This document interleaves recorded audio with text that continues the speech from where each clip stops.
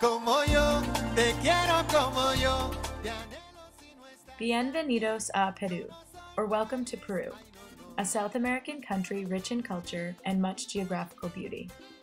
Peru is home to Machu Picchu, one of the 7 wonders of the world. The opportunity for me to travel to Peru arose through the senior internship program offered at my high school this past spring. 8 other students and I spent 2.5 weeks there, speaking in complete Spanish. The second half of the trip was dedicated to hiking the Inca Trail to Machu Picchu. Prior to the trip, hiking the trail was what originally sparked my interest. This changed, however, during our first week, where we volunteered at a shelter in Lima called Dios es Amor.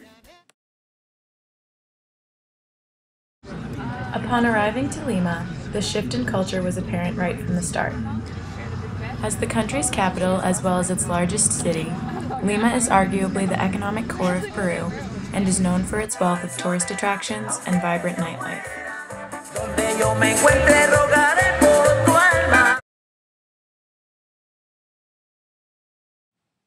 On the other hand, Lima has an equally fair share of poverty on the outskirts of the urban centers. As of 2000, greater than 40% of Lima inhabitants were under the poverty line, with the levels of extreme poverty at about 5%. While my classmates and I stayed overnight in one of the more developed sectors of the city, every morning we drove to the shelter, located in an extremely impoverished district of the city called Villa Maria del Triunfo. Dios es Amor is a non-profit organization funded privately by friends, family, and other supporters of the owners. The mission of the organization is to provide food and education to the poorest families in the community, to mainly children, mothers, and the elderly. Some of the women and children that stayed at the organization were victims of abuse and violence in their homes. Others simply came from families that could not support them financially. Many of the young adults were even forced to live at the shelter as a result of being abandoned by their families.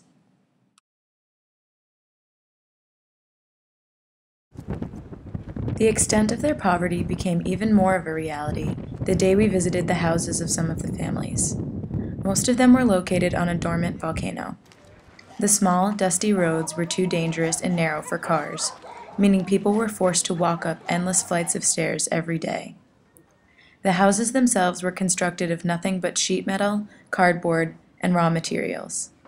In such remote conditions, most of them lacked running water. It was very disturbing to see the conditions of some of their homes.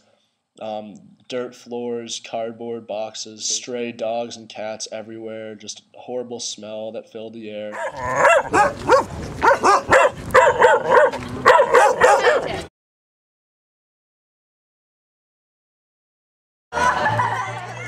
On a day-to-day basis, our task was simply to spend time with these people.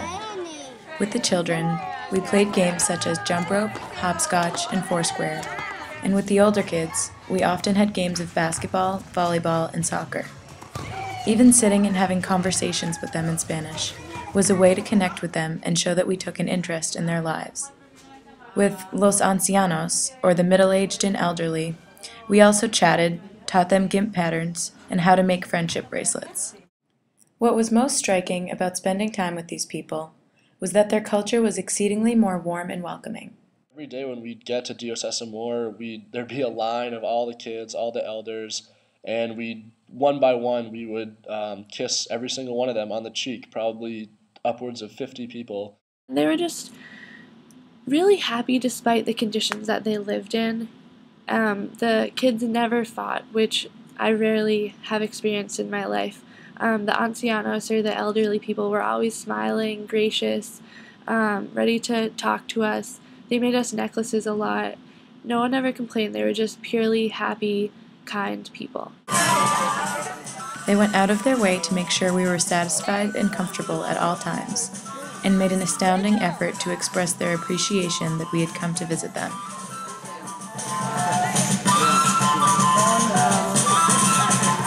Estamos viendo una demostración de un baile típico de Perú para ustedes, chicos del Colegio Marco, bienvenidos. Muchas gracias por estar acá. They had prepared like a very organized dance for us that literally took maybe 5 or 10 minutes to complete. It was so evident that they had spent, like, I can't even imagine the amount of time that they probably had spent organizing it. Their ability to maintain happiness in the face of such miserable conditions was a foil to the materialistic nature of the United States. In cultures with little more to be thankful for than health and contentment in the present, love among people is more meaningful and genuine.